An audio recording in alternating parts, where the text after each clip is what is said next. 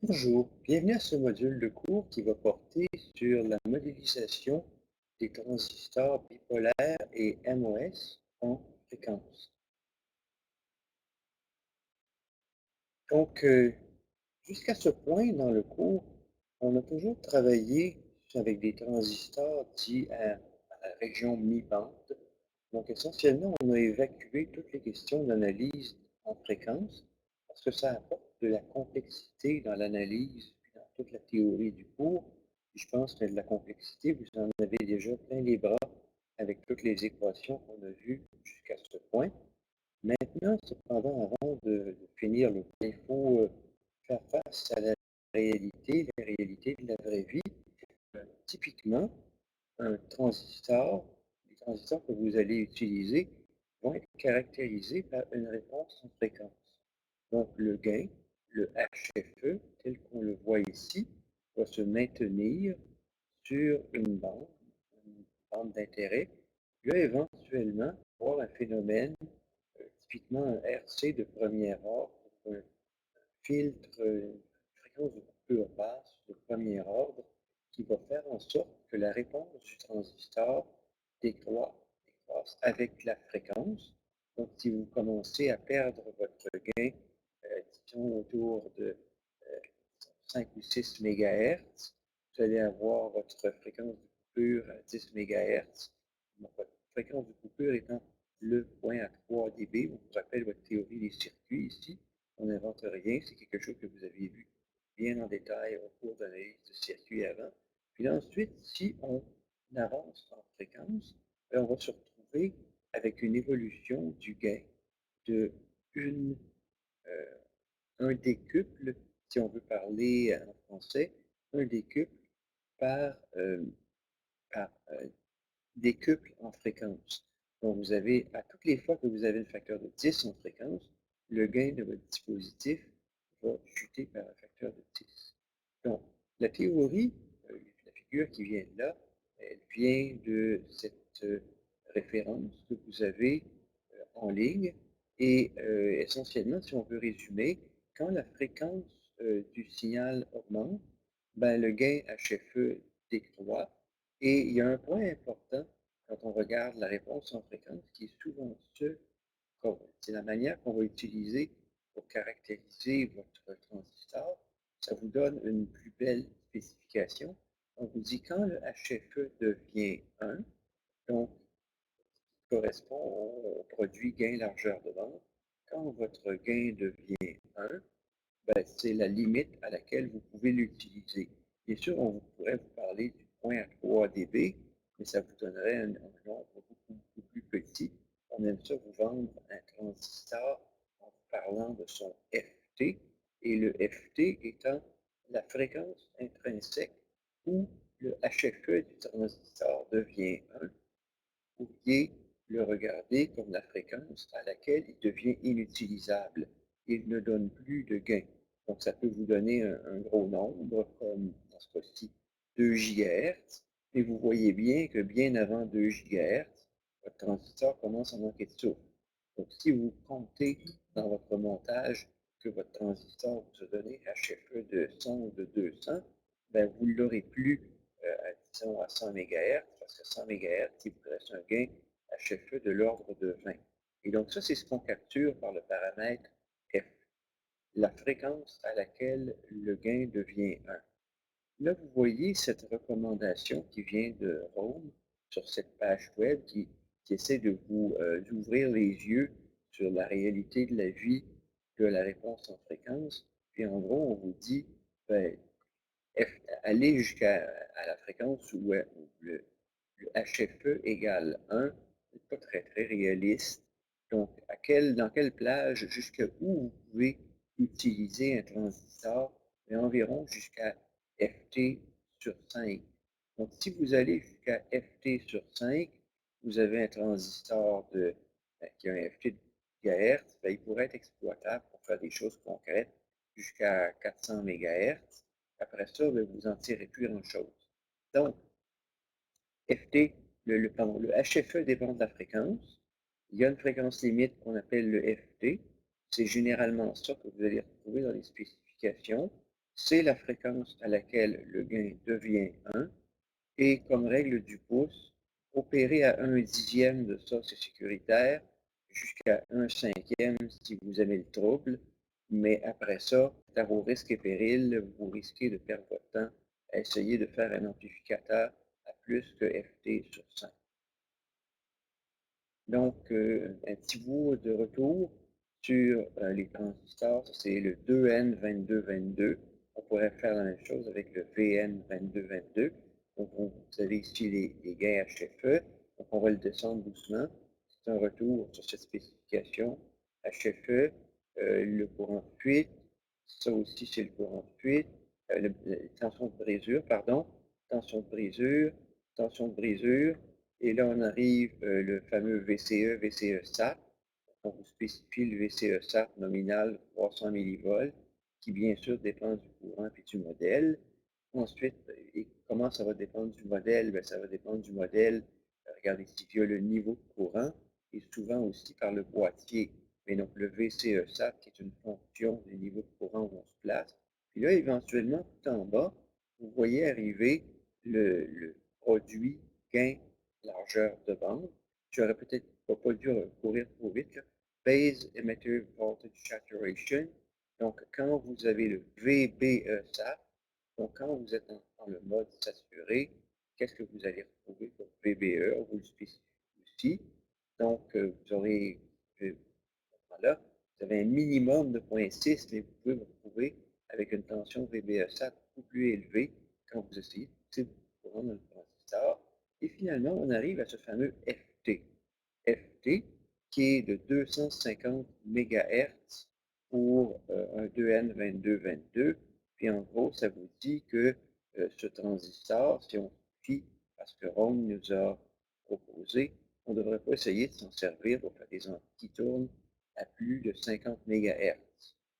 Voyez cependant que ça, c'est un minimum. Le maximum, on ne vous dit pas ce qu'il est, parce que dans la pratique, on présume que vous n'allez pas pleurer si vous avez mis dans un montage sort qui est annoncé comme 250 MHz, mais en fait, il y a un FT de 800-900 MHz, fait que vous pourriez être capable de vous en servir à une fréquence plus haute. Je peux vous dire, par exemple, que l'année passée, on a fait l'année passée, il y a 2 ans, on a fait un montage dans le cadre du lab qui était un amplificateur RF qui opérait à 100 MHz. Et ma réaction initiale avec mes collaborateurs a été de dire, mais ça ne marchera jamais, puisque le FT est de 250 MHz, puis vous voulez faire un amplificateur qui tourne à 100 MHz. Et pourtant, tous les élèves dans la classe ont bien réussi à faire le montage qui fonctionnait, qui oscillait et qui amplifiait à 100 MHz.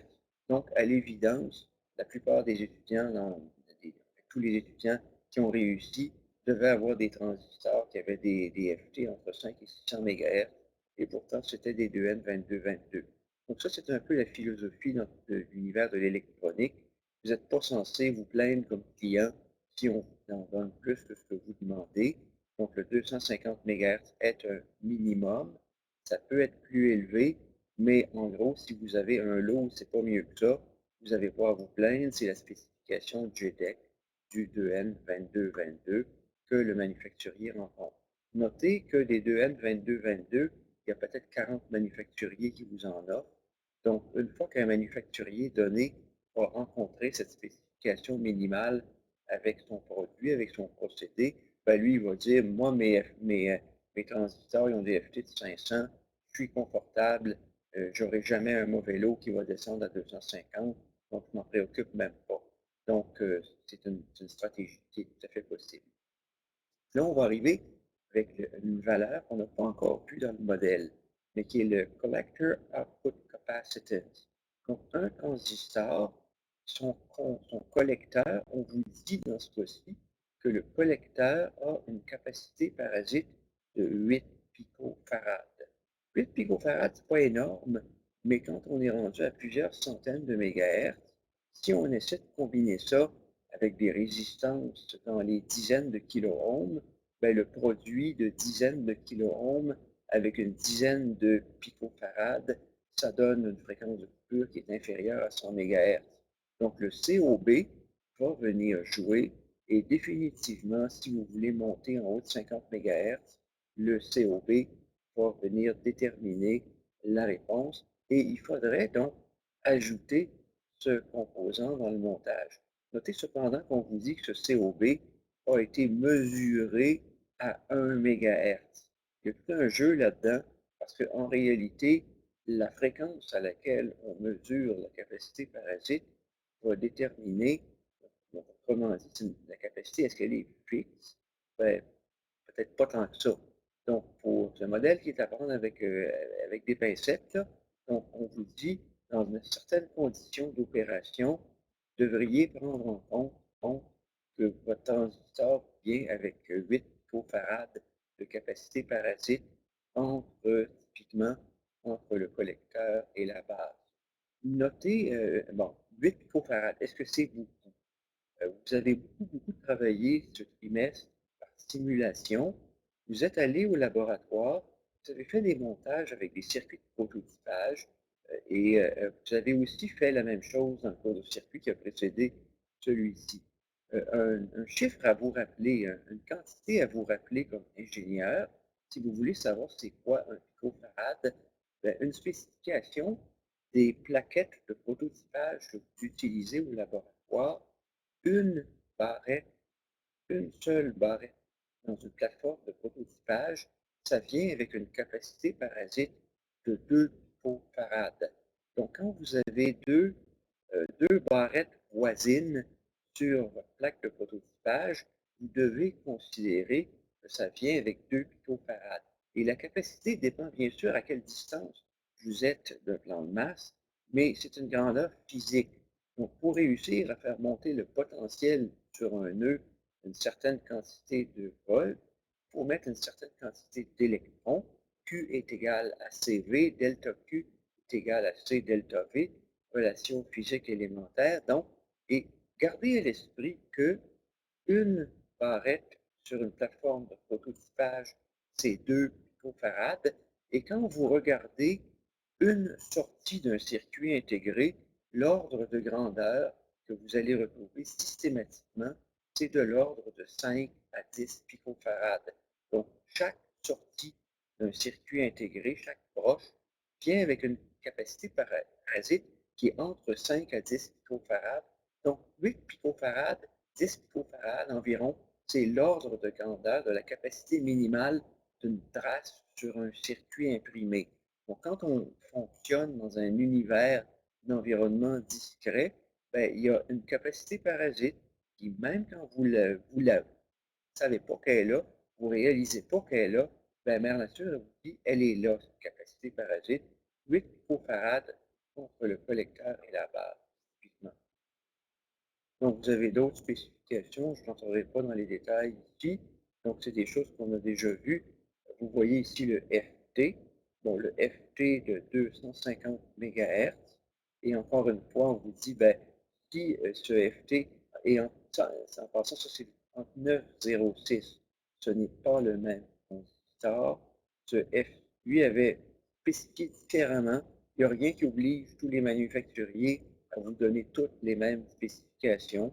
Donc, le 3906, qui est un autre transistor populaire, celui qui était dans le sac l'année où on a fait le montage à haute fréquence. Cette année, on ne le fait pas, donc on ne l'a pas rajouté dans le sac. Mais donc, ce transistor a un FT de 250 MHz. Puis là, on vous dit le output capacitance, là, donc qui était de 4,5 picofarad, un peu moins. Et puis là, on vous dit le IB0, donc on vous spécifie quelle jonction. Donc, c'est collecteur base, émetteur base, avec quelle jonction ça vient. Là, vous voyez apparaître aussi d'autres paramètres dont on n'a pas parlé. Noise figure. On pourrait faire un cours d'électronique, on parlerait de bruit. Ça pourrait faire plusieurs séances de 3 heures, parler du bruit, comment modéliser le bruit et comment le gérer dans un circuit électronique. Bon, sachez que oui, ça existe. Oui, il y a un bruit électronique. Oui, les transistors ont des spécifications de bruit, mais on n'arrive pas à se rendre là dans un premier cours d'électronique comme le 2310. Donc, ça existe. Pour le moment, je vais juste existe, ça existe. On en reparlera pas plus dans le cadre du cours. Là, vous voyez des paramètres du transistor qui correspondent au cas de figure où vous voudriez vous en servir comme un commutateur. C'est pas tout à fait pareil comme une application de type amplification à l'intérieur d'un amplificateur linéaire, mais là, vous avez des temps de réponse pour les différentes jonctions. Ça aussi, c'est d'autres caractéristiques dont on n'a pas parlé, mais si vous voulez vous servir d'un transistor, par exemple un 2N3906, comme un commutateur, éventuellement un commutateur rapide, bien, vous voyez ici, en fait, une caractéristique qui est importante, c'est que quand vous allez pousser un transistor en saturation profonde, bien, la base a un temps, un effet mémoire. Donc, on parle en anglais d'un temps de storage, et ce temps est de l'ordre de 220 nanosecondes. C'est quand même pas négligeable. Parce que si vous voulez opérer à 2, 3, 400 MHz, ben oubliez ça, ça ne suivra pas. 100 MHz, ce serait 10 nanosecondes. Donc ça, c'est une des choses qui est peut-être une caractéristique à retenir de la réponse à haute fréquence d'un transistor. En général, on considère que ce n'est pas une bonne idée, si vous voulez qu'un montage électronique réponde vite, de faire rentrer vos transistors bipolaires dans un mode de saturation profonde. Pourquoi? Bien, parce que votre base est tellement pleine de charge que tant que la base ne sera pas vidée de cette très grande quantité de charge qui s'y trouve, bien, votre transistor va continuer à conduire même si vous avez cessé de fournir un courant à la base. Donc, c'est ça, cette caractéristique ici qui vous est montrée, le storage time. Donc, quand vous faites entrer un transistor en saturation profonde, même si vous arrêtez de fournir du courant à la base, ça va prendre un petit peu de temps avant qu'il arrête de conduire. Quelque chose qui est un peu assimilable à une réponse en fréquence, mais qui est quand même différent. C'est dans le cas d'un usage d'un transistor, non pas dans un mode petit signal, mais dans un mode grand signal, dont on s'en sert comme un commutateur que l'on voudrait rapide, mais qui n'est pas aussi rapide que l'on veut. Vous voyez, si on a des délais de 35 nanosecondes, on va dire, ah, c'est correct, je vais utiliser mon commutateur avec un temps de réponse de 35 nanosecondes, mais vous l'avez envoyé saturer profondément, puis soudainement, vous avez de la difficulté à le faire on ou off, en conduction, éteindre, vous avez de la difficulté à le faire entrer et éteindre de conduction à plus de 5 MHz si vous l'avez amené en saturation profonde. C'est ce que cette caractéristique-là vous dit. Donc, retournons au flow premier du cours. Donc, pour le moment, ce qu'on a fait dans le cours, c'est se préoccuper du gain dans un amplificateur à mi-bande. Et ça, c'est un cas de figure d'un transistor en émetteur commun. J'ai répété à satiété dans le cours qu'un NPN en émetteur commun ou un N en source commune est pas mal pareil. Au plan amplification, ça a des caractéristiques très similaires. Donc, on ne s'est pas cassé la tête. On a mis une polarisation par une source de courant. Ça, c'est quand on veut simplifier une analyse théorique.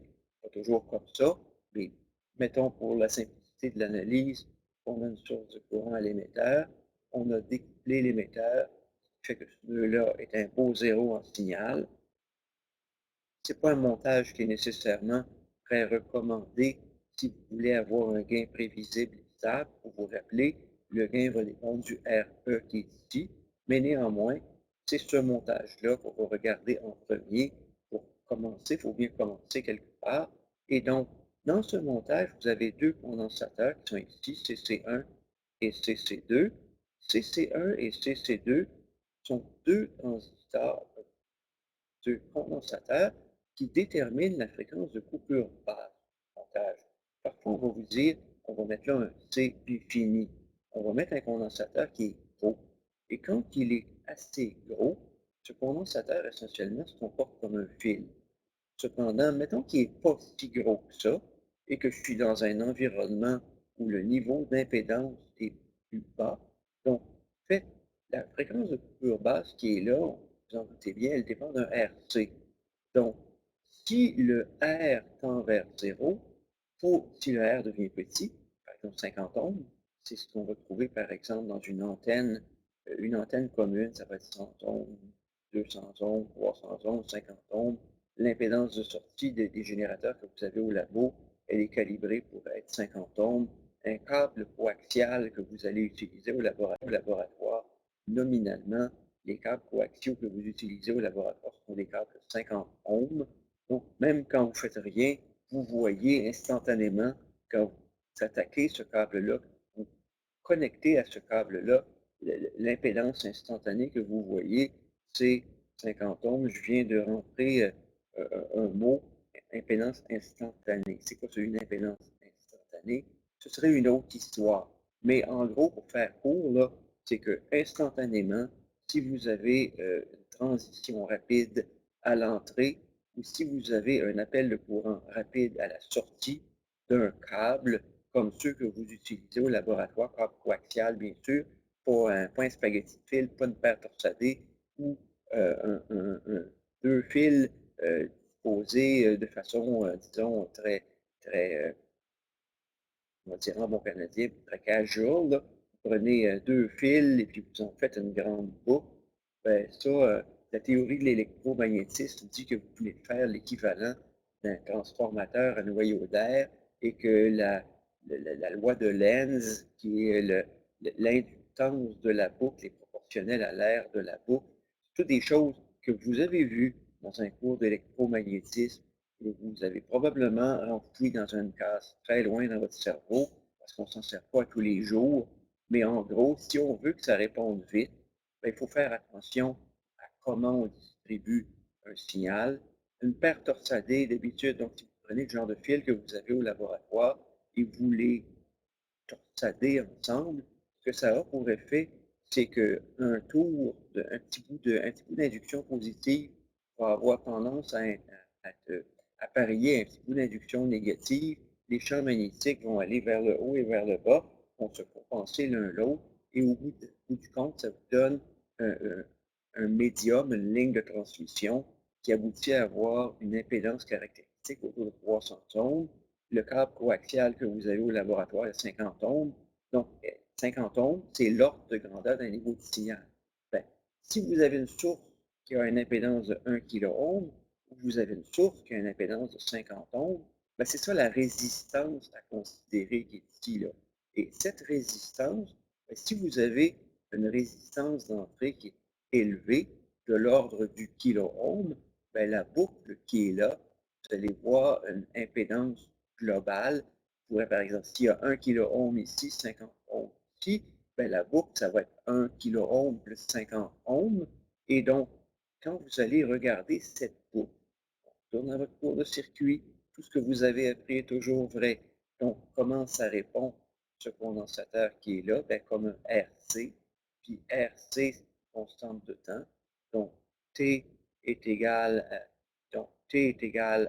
RC, mais le taux qui est là, c'est 1 sur 2 pi f. Donc, 1 sur 2 pi f, qui est la constante de temps, va être égal au RC. Donc, qu'est-ce qui se passe? Quand le R s'abaisse, pour garder la même fréquence de coupure, il faut que C grossisse. Donc, c'est juste ça que je voulais dire à la fin de la journée. Donc, cette fréquence de coupure-là va bouger en fonction du RC. Puis quand le niveau d'impédance est faible, il faut mettre un condensateur plus gros.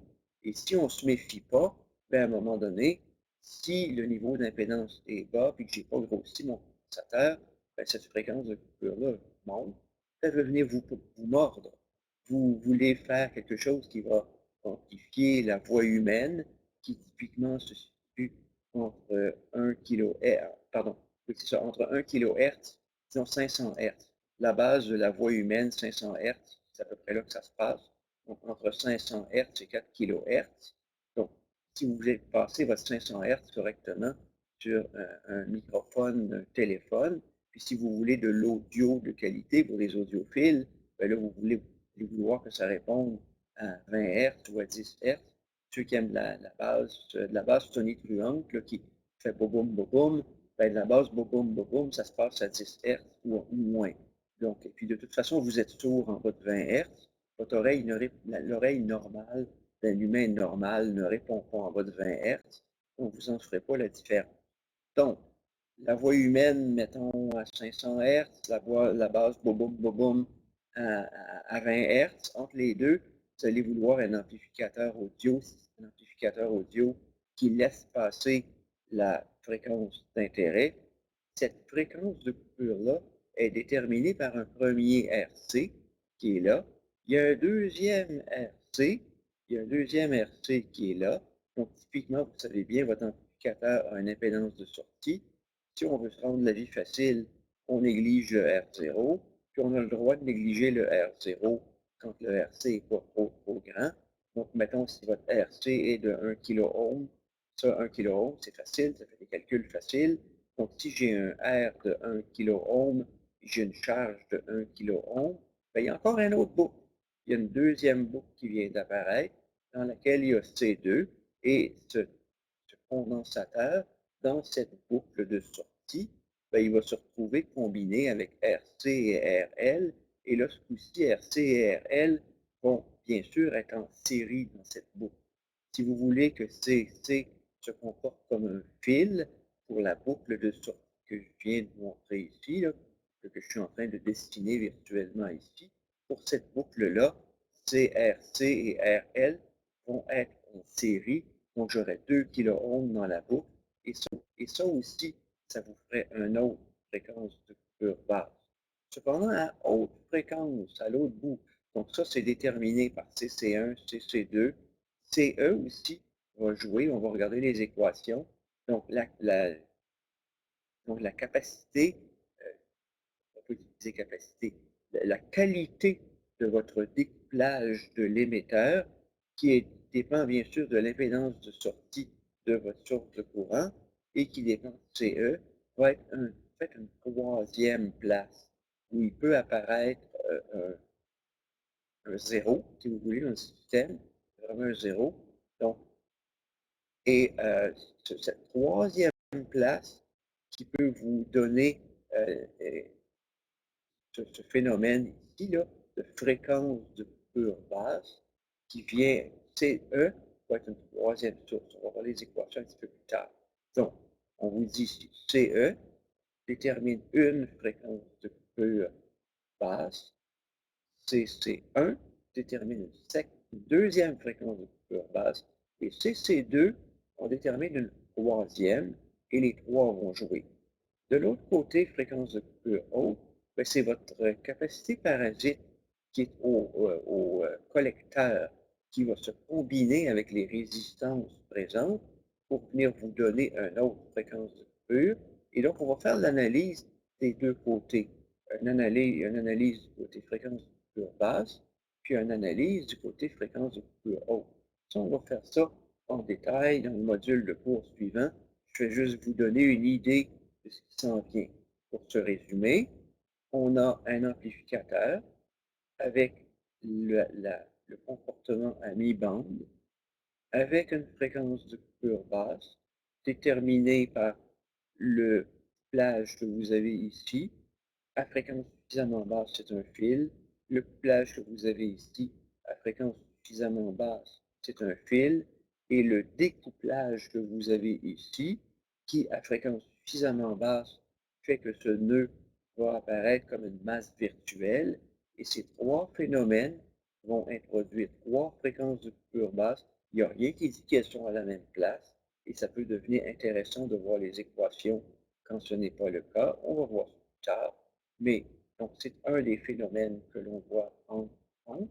Et là, de l'autre côté, vous allez avoir la fréquence de coupure haute, transistor, et ça vous donne entre une fréquence de coupure basse et une fréquence de coupure haute, aux 2,3 dB, qui vont déterminer ce qu'on va appeler votre bande passante, qu'on appelle la mi-bande. Donc, dans la terminologie qu'on retrouve dans la littérature et dans le Cedra et Smith, vous avez donc la mi-bande, qui est là où tout le début du cours, tout ce qu'on a fait depuis le début du cours, on se supposait toujours à mi-bande. Pour simplifier, là maintenant on peut parler de fréquence de coupure basse, on peut parler de fréquence de coupure haute. On poursuit. Et fréquence de coupure haute. Bien, la fréquence de coupure haute va venir a priori du transistor. Donc, il y a une fréquence de coupure haute. Bien sûr, il y a des fréquences de coupure haute qui peuvent venir de l'environnement, des fils de votre montage, de votre plaquette de prototypage, des capacités parasites des interconnexions. Mais mettez-vous dans un monde idéal et supposez que toutes les parasites sont réduits à zéro. Vous avez travaillé comme des chefs et il n'y a aucun parasite à l'extérieur de votre transistor. Bien, votre transistor vient avec ses propres parasites. Votre transistor, un BJT dans le cas de figure, a lui-même des parasites et il y a une réponse fréquence maximum qui est intrinsèque au transistor. On ne peut jamais dépasser ça parce que quand on a enlevé tous les parasites autour, quand on a enlevé tous les parasites autour, il nous reste encore ceux sont intrinsèques au transistor et on revient avec le modèle. Et dans ce modèle d'un transistor, on prend le modèle en pi. C'est le modèle qu'on va considérer. On ne va pas s'amuser à voir les autres modèles. Et typiquement, ce qu'on va faire, c'est qu'on va exploiter les caractéristiques du modèle en pi, puis on fera les transformations qui s'imposent si on a besoin de l'analyser sous une autre forme. Mais typiquement, les équations ne seront pas disponibles à portée de la main. Si on en a besoin, il va falloir les dériver à la mitaine à partir des méthodes que vous avez vues depuis le début du cours, choses que vous adorez, faire des équations en écrivant des Kirchhoff courant, Kirchhoff tension, résolution algébrique, pour finalement arriver à votre formule. Puis des formules comme ça, il peut en avoir des centaines, voire des milliers. Donc, non, il n'existe pas de catalogue de toutes ces formules-là. Il faut retourner à la manière manuelle, à savoir retourner au modèle petit signal, faire des équations. Mais normalement, dans un design de tous les jours, ce qui va se passer, c'est qu'on ne fait pas ça. On s'en va sur un Spice à notre portée, un LT Spice ou un P-Spice ou autre, et on va faire des simulations. Puis à l'intérieur de LT Spice, il y a un modèle fréquentiel, bien sûr, qui va inclure deux composants importants. Donc, la capacité pour un transistor polaire, le C mu, qui est entre la base et le collecteur, et le CPI, qui est entre la base et l'émetteur. Puis là, notez quelque chose de particulier. Là, maintenant, on a deux bases dans le modèle. Dans le fond, ce qu'on essaye de distinguer ici, c'est que la connexion sur le boîtier que vous appelez une base, donc le fil base, bien, ce fil base, il n'est pas directement sur la jonction. Il y a une certaine connexion. Le transistor est dans le boîtier. Typiquement, il va y avoir un fil de liaison et les matériaux semi-conducteurs, pour se rendre à la jonction, ont eux-mêmes une résistance. Et cette résistance, jusqu'à date, elle n'était pas très significative et d'habitude, on pouvait la négliger. Cependant, si on essaye de la négliger dans un modèle à haute fréquence, on peut manquer l'essentiel.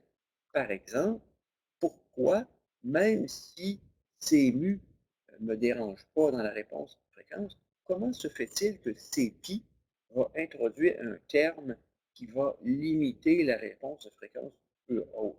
Bien, CPI peut venir limiter la fréquence peu haute parce qu'il peut se mélanger avec un terme RX. Un terme RX que je ne verrais pas si je n'avais que la résistance de jonction. Donc le RI, on a vu à date, le 25 divisé par IB, c'est RI. Mais là, on est en train de vous dire, c'est pas tout ça. Oui, il y a le 25 divisé par IB, qui est le terme dominant du RI, mais en plus du RI, donc par exemple, si vous poussez IB à une valeur très élevée, votre 25 sur IB devient petit, ben, éventuellement, si ceci devient petit, vous ne pourrez pas gagner. Vous ne pourrez pas faire en sorte que la résistance devienne zéro. Il va y avoir une résistance résiduelle et quand on essaie de la modéliser, quand on essaie de l'extraire du dispositif physique, on voit une résistance, on appelle ça Rx. Et donc, dans notre petit signal, Rp va se retrouver mis en série avec Rx et le condensateur Cp, qui est le condensateur de la jonction, c'est un condensateur qui est donc en parallèle avec la jonction, mais qui n'est pas en parallèle avec le fil. Donc, on va avoir une certaine résistance entre la broche du transistor et la jonction. On va avoir la résistance de la jonction, la capacité parasite de la jonction, qu'on appelle Cpi, puis on va avoir un Cmu, qui est à cheval entre la base et le collecteur transistor. On a notre GM-VP qui vient de notre modèle petit signal.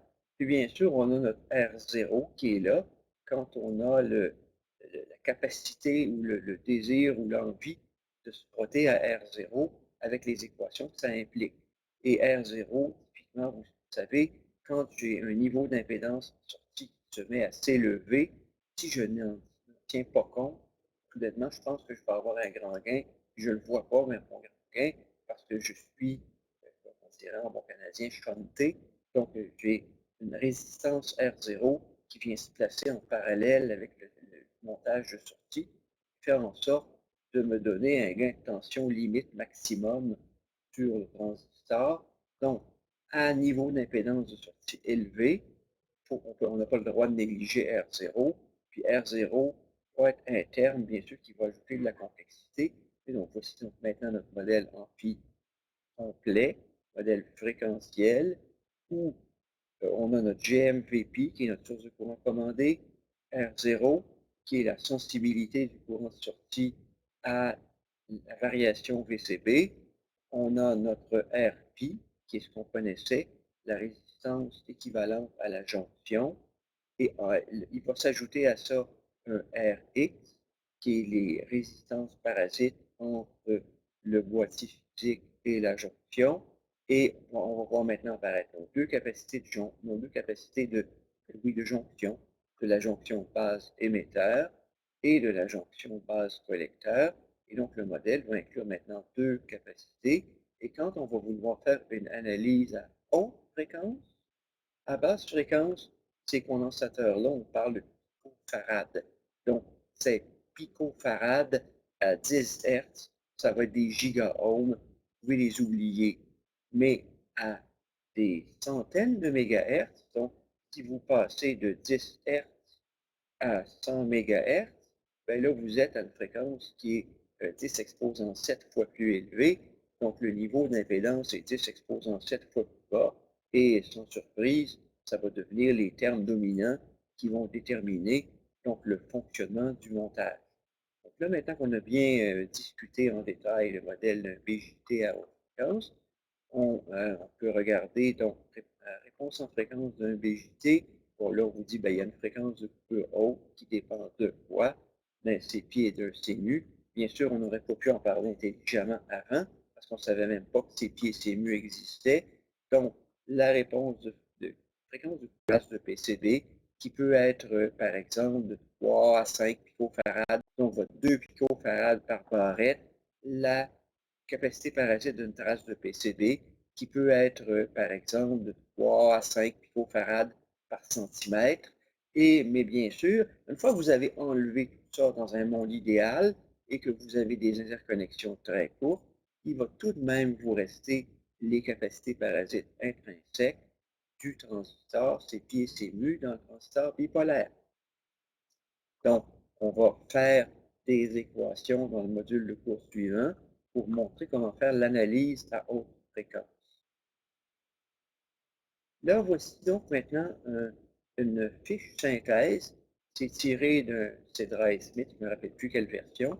Euh, c'est probablement une planche qui était dans le Cedra et Smith 2005, mais comme il n'y a rien qui a changé là-dedans, je ne sais pas si elle est explicitement dans le Cedra et Smith 2007, le plus récent, là, et, je pense que c'est dans la 5e révision. Néanmoins, tout ce qui est là demeure vrai. Et très belle fiche de synthèse, très belle fiche synthèse, pardon. Donc, vous avez votre modèle en pi. Si vous avez besoin d'un modèle en T, voici le modèle en T équivalent. Donc, au besoin, on peut retourner au modèle en T. On ne le discutera pas plus en détail, mais ça vous donne le modèle. Il y a quelques éléments nouveaux dans cette page, et c'est la raison pour laquelle elle est là. Et des choses que je ne retrouve pas vraiment ailleurs. Donc, vous allez voir que Cedra et Smith, de temps à autre, va essentiellement pas vous donner le CI et CMU, et vous n'aurez pas de fiche technique et vous n'aurez pas de numéro de transistor, mais on vous dit sans preuve, et c'est au niveau où on le fait dans le cours, sans preuve, mais à écrire sur votre feuille aide-mémoire. Voici une feuille aide-mémoire, regardez pas loin de votre cœur. Donc, CPI plus CMU est égal à GM sur 2pi FT. FT étant le FT du transistor. Donc, il peut arriver que vous vous retrouviez avec un transistor du commerce pour lequel on vous spécifie le FT, et c'est tout. On ne vous donne pas CPI, on ne vous donne pas CMU. On vous donne seulement FT. Mais à ce moment-là, vous devrez retourner et calculer la valeur de CPI et de CMU en fonction de GM. GM que vous allez trouver à partir de vos équations. Donc, GM qui est IC sur VT. Là, vous voyez donc le manufacturier dans une fiche technique de transistor. Vous vous rappelez qu'on vous a spécifié dans ces fiches techniques du transistor, on vous a spécifié le C, mais typiquement, on vous le spécifie à un certain niveau de courant. Le C qui est là, il est en fait valide à un certain niveau de courant. Donc là, on va plus loin dans ce modèle, puis on vous dit, ben, attention, le C, évidemment, dans un problème d'examen, on va vous donner un C fixe pour calculer, mais souvent, ce qu'on va faire, on ne vous donne pas de C fixe. Les problèmes dans le Cedra et Smith sont faits comme ça. On vous, on vous dit, ils ne font pas grand-chose, on vous dit FT, puis on vous dit faites la résolution pour le point d'opération où le IC est, et là, vous avez votre GM qui est de IC sur VT. Donc, vous devez calculer le GM, puis en ayant calculé le GM, vous pouvez l'injecter là, le combiner au FT, et ça vous donne CPI et CMU. Là, la question intéressante, oui, mais comment je sépare la capacité parasite totale en CPI et CMU? Si on ne vous le dit pas, vous allez devoir vous servir de votre gros bon sens. Vous allez devoir faire une répartition arbitraire ou faire une répartition du type je vais simplifier et je vais dire, je vais faire comme si toute la capacité parasite allait dans CMU. Donc, par exemple, je vais, pour les besoins de la cause, négliger CPI et je vais faire comme si toute la capacité parasite était dans CMU, et puis je vais prendre GM sur 2pi-FT, puis je vais dire que c'est égal à CMU. Donc, vous allez voir dans des problèmes que Cedra et Smith fait qu'on ne vous donne rien d'autre que le IC, puis on vous laisse vous débrouiller, pardon, on vous donne IC et FT, puis on vous force, on vous laisse calculer CPI et CMU, puis parfois on va vous laisser faire une hypothèse pour savoir comment répartir cette capacité parasite entre CPI et CMU. Par exemple, on pourrait prendre 20%, 80%, qui serait une hypothèse de travail pas bête. Donc, dire CPI est égal à 20% du total, CMU est égal à 80% du total, ou parfois on ne vous dit rien du tout. Donc, à ce moment-là, il faut vous débrouiller. Il faut faire, vous allez prendre CMU est égal à GM sur 2pi-FT. Et là, ça vous donne cette équation-là. Ces deux équations-là sont extrêmement importantes parce qu'elles vous disent quelque chose que la fiche technique des transistors, je vous dis, c'est très, très rare. On va vous donner ce niveau de détail-là. D'habitude, on ne vous le donne tout simplement pas. Et la raison pour laquelle on ne vous le donne pas, c'est qu'on ne s'attend pas à ce que vous alliez calculer analytiquement ces choses-là. On s'attend à ce que vous preniez le modèle du transistor et que vous rentriez dans un simulateur circuit où toutes ces choses-là vont être résolues pour vous avec les équations analytiques appropriées, mais avec un niveau de complexité qui est trop grand pour que ce soit pratique de commencer à le traiter de façon analytique. Mais néanmoins, pour le cours, pour les problèmes d'examen dans le cours, une fois dans votre vie, il faut que vous sachiez que GM, c'est IC sur VT, Puis, il y a une manière de venir changer CPI et CMU.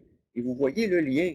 Donc, si j'ai un IC qui est 10 fois plus grand, je vais avoir un GM qui est 10 fois plus grand.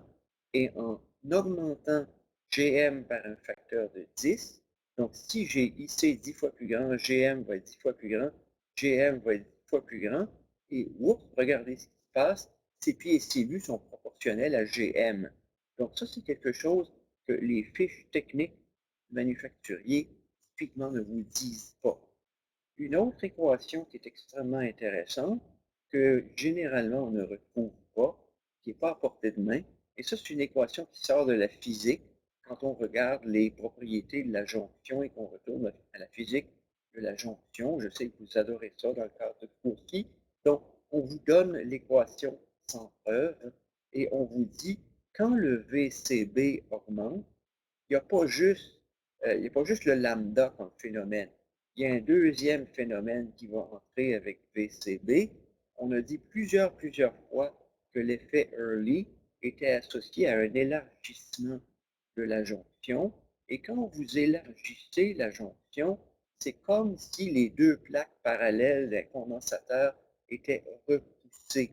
Donc, quand VCB augmente, la capacité CMU décroît, puis elle décroît comme un terme en 1 plus VCB sur V0C exposant M, où M est un coefficient que l'on peut mesurer ou que l'on peut tenter de modéliser théoriquement et qui dépend des caractéristiques de comment la jonction est faite.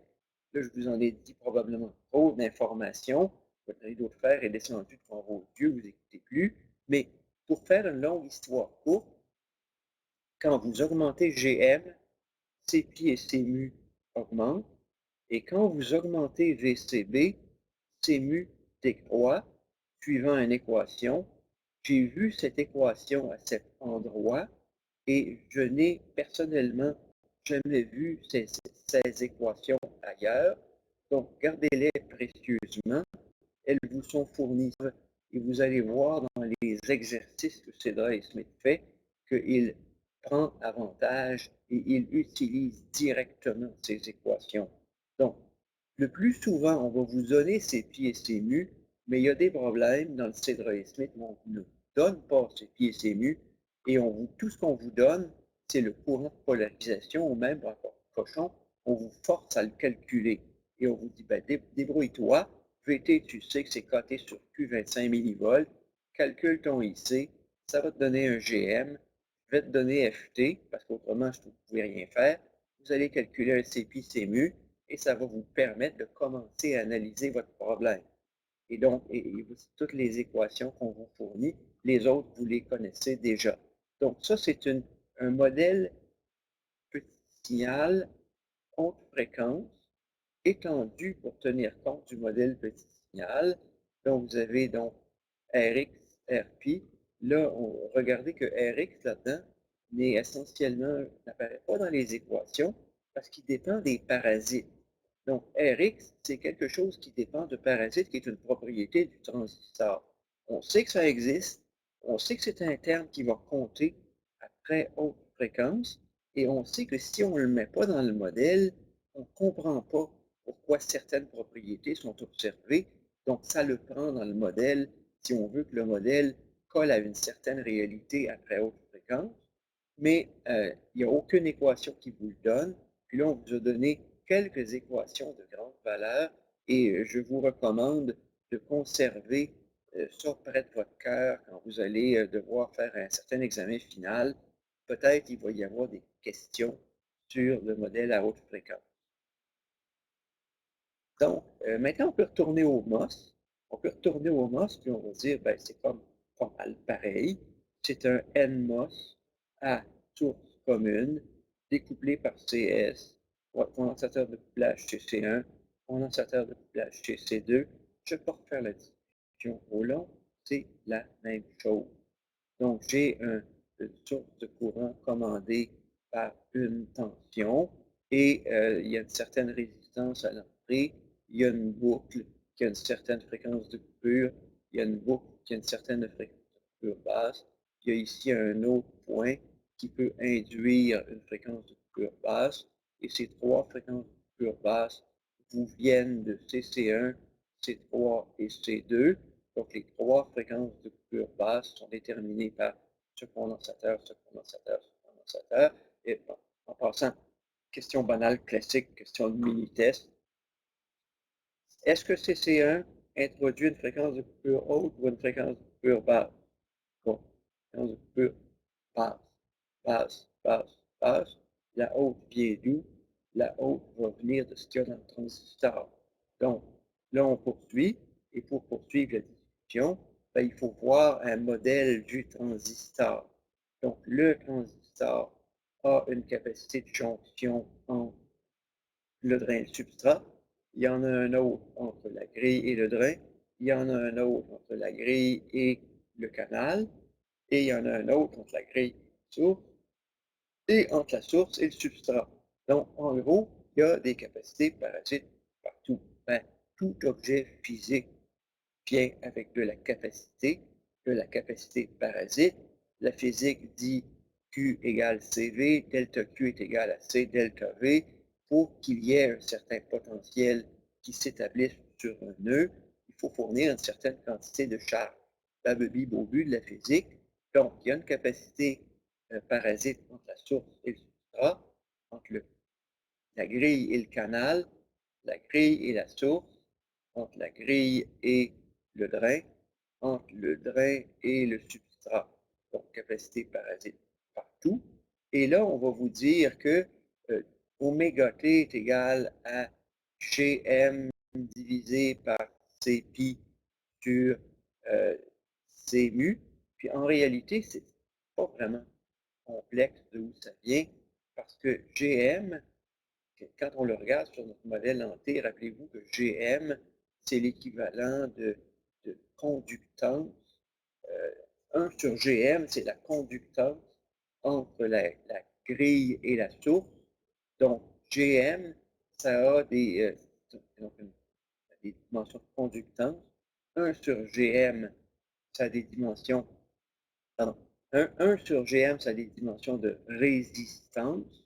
Donc, et cette résistance analogue à la conductance de votre source de courant commandée par une tension, mélangée avec, donc mixée, multipliée par Cpi plus Cmu, ben ça vous donne une constante de temps. 1 sur cette constante de temps, ça vous donne le oméga t. Oméga t, ben, c'est l'inverse de ft. Donc, ft est égal à Gm sur 2pi Cpi plus Cmu, sans autre forme de preuve. On peut voir d'où vient l'équation. On ne va pas la démontrer ou la prouver. Mais en gros, Gm, c'est 1 sur Gm, c'est une résistance. C'est, si vous vous rappelez bien, dans un modèle, quand je m'en viens dans un modèle, en cette résistance ici, là, qui est Gm Vpi, qui est l'équivalent dans le modèle en T pour le transistor CMOS, mais le Gm, quand il est reporté ici, le 1 sur Gm de résistance, on le mettait là. Et c'est ce 1 sur Gm de résistance qui est la résistance qui est là. C'est rien d'autre. Mais comme on n'en fait pas la preuve, comme je ne vais pas aller plus loin et en faire une preuve dans ce cours, Cedra et Smith ne le fait pas. L'équation est tout simplement donnée sans preuve. Vous pouvez dire parachuter, à écrire sur votre feuille. Bien sûr, et si vous ne l'avez pas, l'équation, ben, à un moment donné, vous allez tomber dans un problème où vous ne pouvez rien faire. On va vous donner le FT, puis rien d'autre. Et on va vous forcer à calculer le GM, puis donc vous allez devoir avoir l'équation du GM sur votre feuille, à partir de laquelle vous allez devoir trouver le CPI et le CMU. Ça arrive donc que tout ce qu'on vous fournisse soit le FT, puis on ne vous fournit pas CPI et CMU, puis on vous force à les calculer. Mais donc, CPI et CMU, ben, le CPI et CMU, c'est intéressant parce que ici, on a appelé ça CPI et CMU, d'accord? Mais c'est fascinant parce qu'on a appelé ça CPI et CMU pour un transistor MOS, mais en fait, dans la théorie classique, il y a aucune contradiction dans ce que je viens de vous montrer là. L'analogue du CMU, c'est le CGD. L'analogue du CPI, il n'y a pas de RP, c'est le CGS. Donc, prenez cette équation et là où il y a CMU, mettez CGD. Là où il y a CPI, mettez CGS. Et c'est la même relation, exactement la même relation. Donc, modèle haute fréquence transistor, on n'a pas mis ici de Rx. Pourquoi? Ben, probablement que comme il n'y a pas de Rp, vous n'allez pas penser que la résistance tend vers zéro. Vous n'allez jamais penser que la résistance tend vers zéro. La résistance d'entrée d'un transistor MOS est très élevée, vous le savez. Donc, rajouter quelques ohms en série ici, ça ne change pas grand-chose. Donc, d'habitude, on ne le fait pas.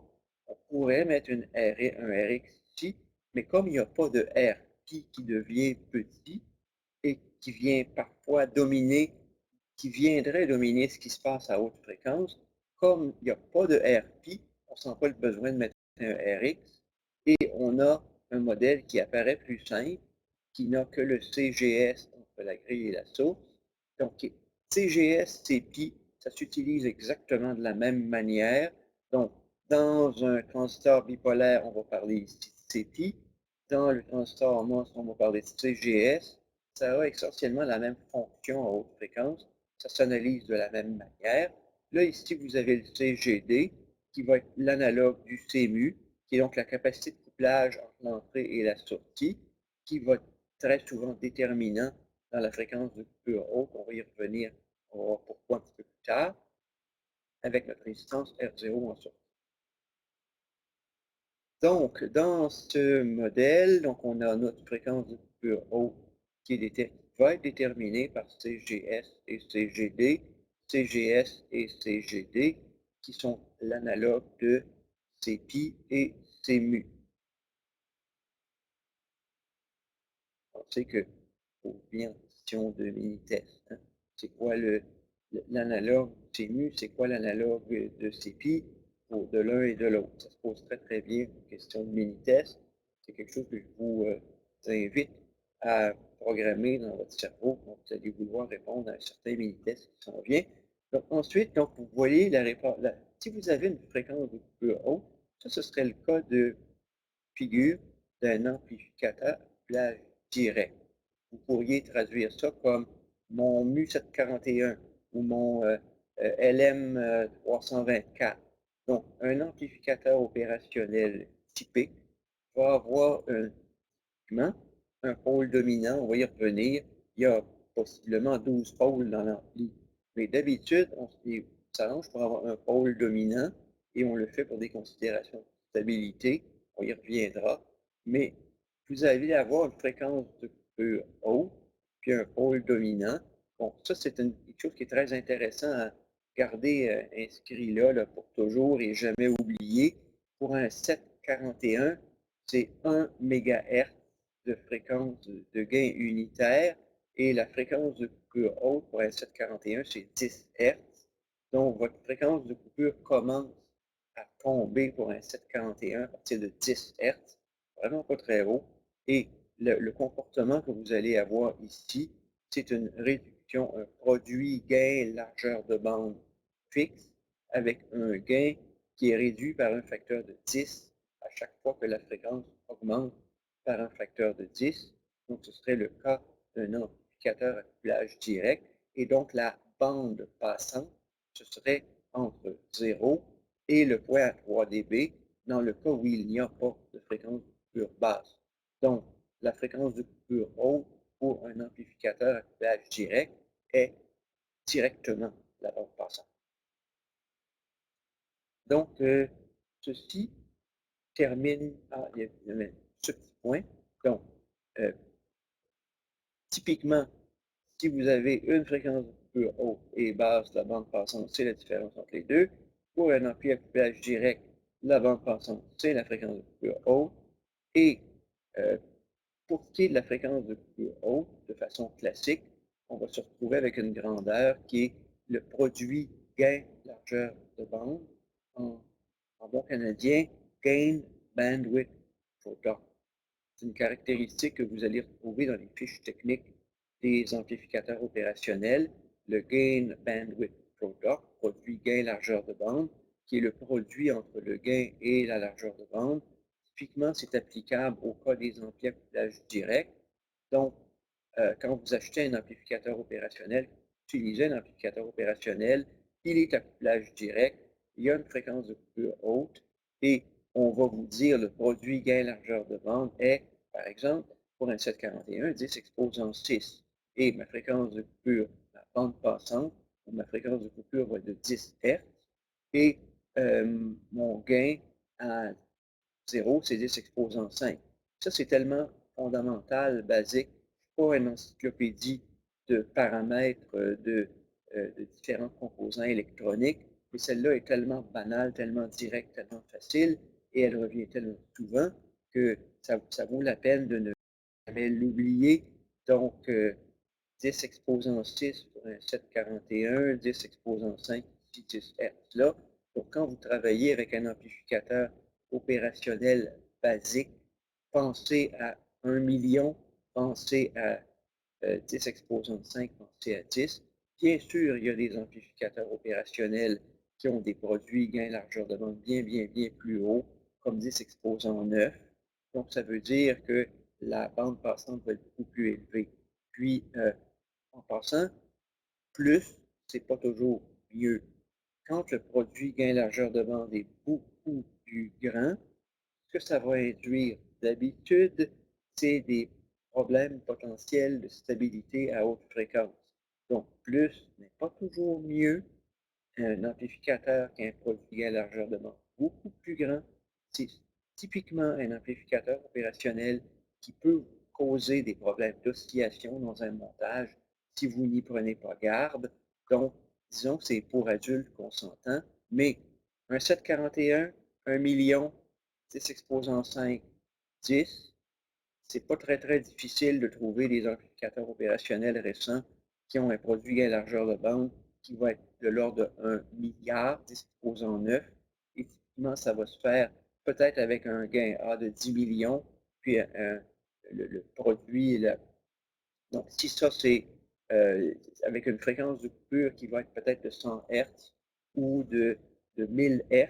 Donc, comment ça va se répartir ici? Ben, il faut aller voir les fiches techniques d'un produit spécifique pour lequel vous auriez un produit gain largeur de bande pour un amplificateur opérationnel de haute performance qui peut, il y en a disponible qui ont été s'exposent en neuf.